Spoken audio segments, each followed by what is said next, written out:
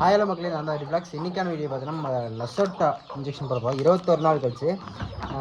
14 நாள் பார்த்தீங்கன்னா ஐடிபி போடுவோம். ஐடிபி பார்த்தீங்கன்னா முன்னாடியே போட்டுட்டேன், ஏன்னா நம்மளுக்கு வீடியோக்கான டைம் யோசனை இல்லை, அதனால் போட்டு பார்த்தீங்கன்னா லசோட்டா போடுறோம். இது பார்த்தீங்கன்னா 21 நாள் போடணுங்க. ஃபஸ்ட்டு 7 நாள், 14 நாள், 21 நாள், அப்புறம் 28 நாள், 29 டு 30 நாளுக்குள்ளே ஐடிபி பூஸ்டர் போடும். அதுக்கப்புறம் தான் இது போட்டுக்கலாம், இது லசோட்டா இன்ஜெக்ஷன் போட்டுக்கலாம். இப்போ பார்த்தீங்கன்னா இது பார்த்தீங்கன்னா மருந்து இதே மாதிரி அப்படி F1 பண்ணாங்களா அதே மாதிரி ஒரு கான்செப்ட் தான். அந்த கான்செப்டில் பண்ண போகிற பார்த்தீங்கன்னா அந்த இன்ஜெக்ஷன் எடுத்துட்டேன். இதில் நான் மருந்து எடுக்கணும்.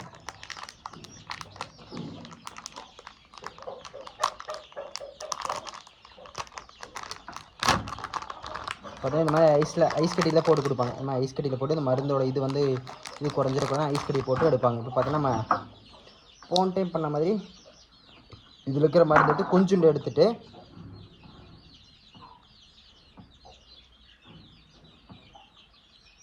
இப்போ கொஞ்சம் ஓரளவுக்கு மருந்து எடுத்துன்னு வச்சுக்கோங்க. ஒரு 0.5 இல்லை 1 ml பக்கமாக எடுத்துட்டோம்னா, இப்போ எடுத்துட்டோம், மேலேயே எடுத்துட்டோம்.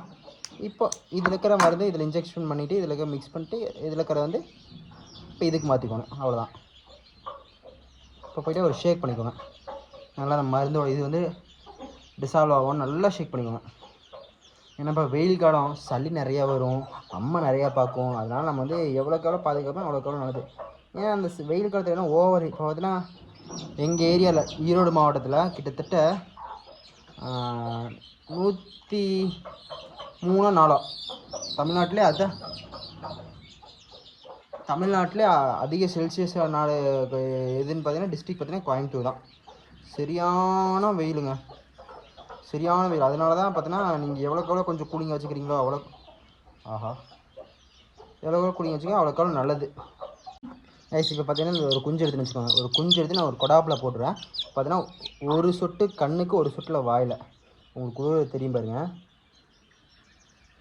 கண்ணில் ஒரு சொட்டு விட்டால் இப்போ வாயிலைங்க விட்டாச்சுங்களா. விட்டு இன்னொரு இதில் போட்டுருவேன். ஏன்னா அப்போ தான் பார்த்தீங்கன்னா எங்கேயும் போகாதுங்க.